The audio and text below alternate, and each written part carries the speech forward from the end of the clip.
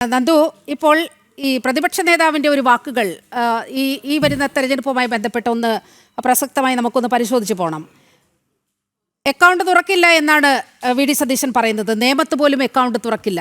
പക്ഷേ 2021 സാഹചര്യമല്ല 2026 എന്ന് അദ്ദേഹത്തെ ട്രോളുന്നുണ്ട് സമൂഹ മാധ്യമങ്ങൾ ഉൾപ്പെടെ.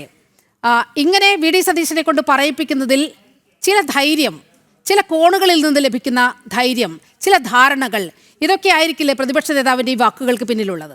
തീർച്ചയായിട്ടും ഞാൻ താങ്കൾ ചോദിച്ച ഈ വിഷയത്തോട് കൃത്യമായി പ്രതികരിക്കും. പക്ഷെ അതിനു മുൻപ് ശ്രീ CPM-ൻ്റെ പ്രതിനിധി ശ്രീ ജലീൽ അദ്ദേഹം പറഞ്ഞു വെക്കാൻ ശ്രമിച്ചൊരു കാര്യം, BJP കുറേ പേരുകൾ, മുസ്ലിം നാമധാരികൾ കുറേ പേരുകൾ കൊണ്ടുവന്ന് ഇവിടെ വർഗീയത പറയാൻ ശ്രമിക്കുന്നു എന്നാണ് അദ്ദേഹം പറഞ്ഞു വെക്കാൻ ശ്രമിച്ചത്. ഞാൻ അദ്ദേഹത്തിന് ഒരു മുതിർന്ന കമ്മ്യൂണിസ്റ്റുകാരൻ്റെ അദ്ദേഹം മുഖ്യമന്ത്രി ആയിരുന്നപ്പോൾ പറഞ്ഞൊരു പ്രതികരണം അതൊന്ന് അദ്ദേഹത്തിൻ്റെ ശ്രദ്ധയിലേക്ക് ഒന്ന് കൊടുക്കാം.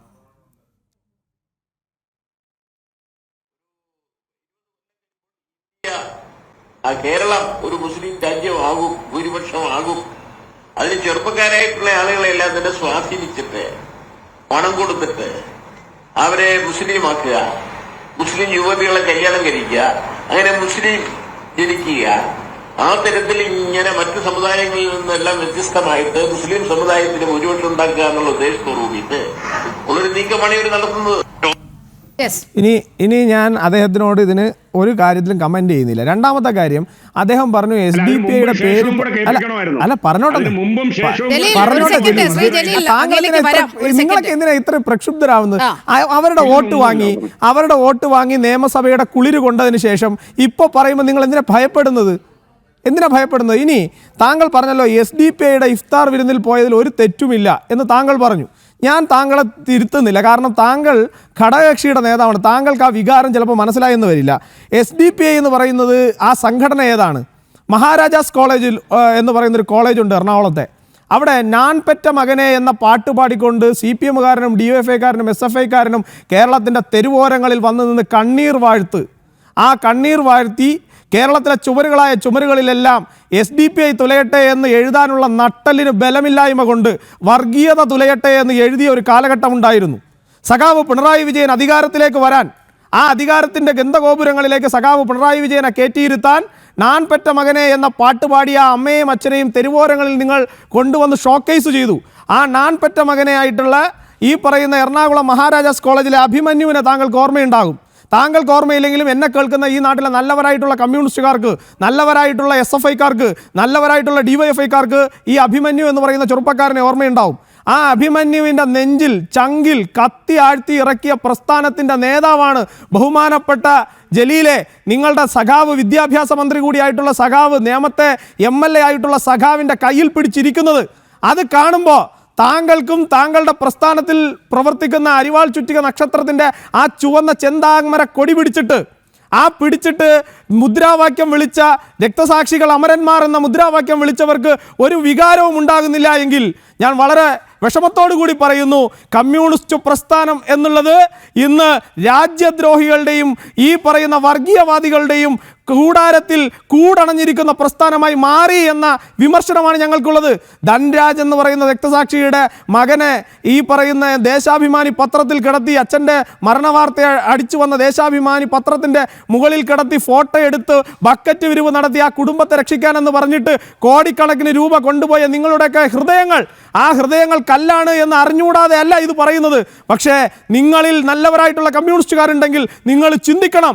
വർഗീയത തുലയട്ടെ എന്നല്ല എഴുതിയത്, വർഗീയത വാഴട്ടെ എന്ന് എഴുതി പഠിച്ചവരായി പിണറായി വിജയനും പിണറായി വിജയൻ്റെ പാർട്ടിയും മാറി എന്ന് കേരളത്തിലെ കമ്മ്യൂണിസ്റ്റുകാർക്ക് പറഞ്ഞു കൊടുക്കാൻ വേണ്ടിയിട്ടാണ് ഞാനത് പറഞ്ഞത്. ഇനി എൻ്റെ ബഹുമാന്യനായിട്ടുള്ള സുഹൃത്ത് ശ്രീ ബേസിൽ, അദ്ദേഹം എന്നെ പറഞ്ഞ വിമർശനം ഞാൻ ഏറ്റെടുക്കാം, കുഴപ്പമില്ല, ആ വിമർശനം ഇരുന്നോട്ടെ. നിങ്ങൾ വർഷങ്ങളായിട്ട് രാജ്യസ്നേഹിയായിട്ടുള്ള ഒരു മനുഷ്യനെ ഇത്തരത്തിൽ അപഹസിക്കുകയും അപമാനിക്കുകയും ചെയ്യുന്നുണ്ട്. ഈ രാഷ്ട്രത്തിൻ്റെ പോരാട്ട മുഖത്ത്, രാഷ്ട്രത്തിൻ്റെ സ്വാതന്ത്ര്യ സമര മുഖത്ത് ഒരു ചുക്കും ചെയ്യാത്തവനെയൊക്കെ ഇന്ന് പാർലമെൻറ്റിലും മറ്റിടത്തുമൊക്കെ കയറ്റിവെച്ച് അവൻ്റെയൊക്കെ പേരിൽ വലിയ വലിയ സ്മാരകങ്ങൾ കെട്ടിപ്പൊക്കിയ കോൺഗ്രസ്സിന് ഉളുപ്പില്ലായ്മ എന്ന് പറയുന്നൊരു അസുഖമുണ്ട് എന്നുള്ള കാര്യത്തിൽ തർക്കമില്ല.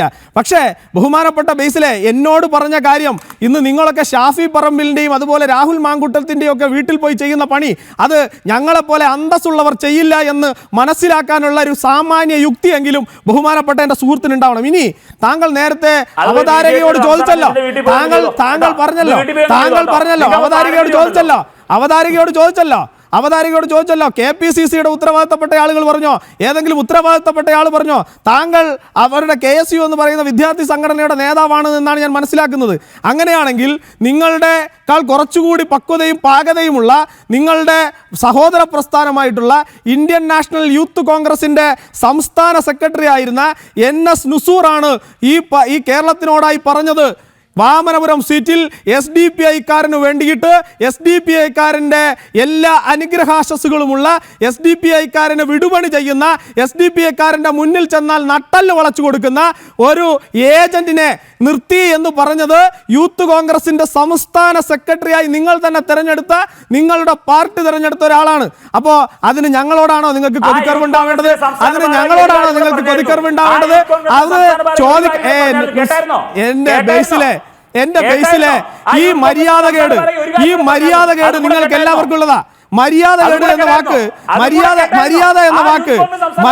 എന്ന വാക്ക് നിങ്ങൾക്കില്ല എന്ന് എനിക്കറിയാം.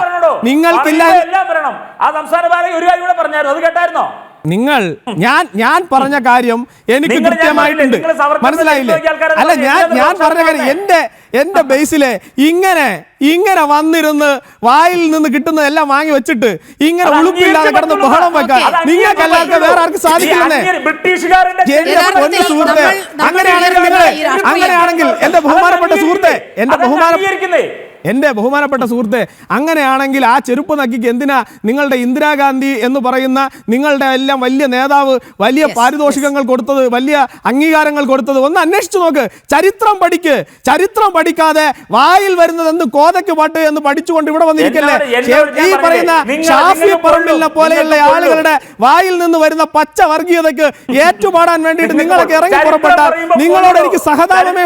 നിങ്ങളോട് എനിക്ക് സഹതാപം മാത്രമേ ഉള്ളൂ, മനസ്സിലായില്ലേ? ആ സഹതാപത്തിൽ നിന്നുകൊണ്ടാണ് പറയുന്നത്. കാര്യങ്ങളെ മനസ്സിലാക്കാനുള്ള ഒരു പക്വത നിങ്ങൾ ആർജിച്ചെടുക്കണമെന്നാണ് ഞാൻ നിങ്ങളോട് പറയുന്നത്.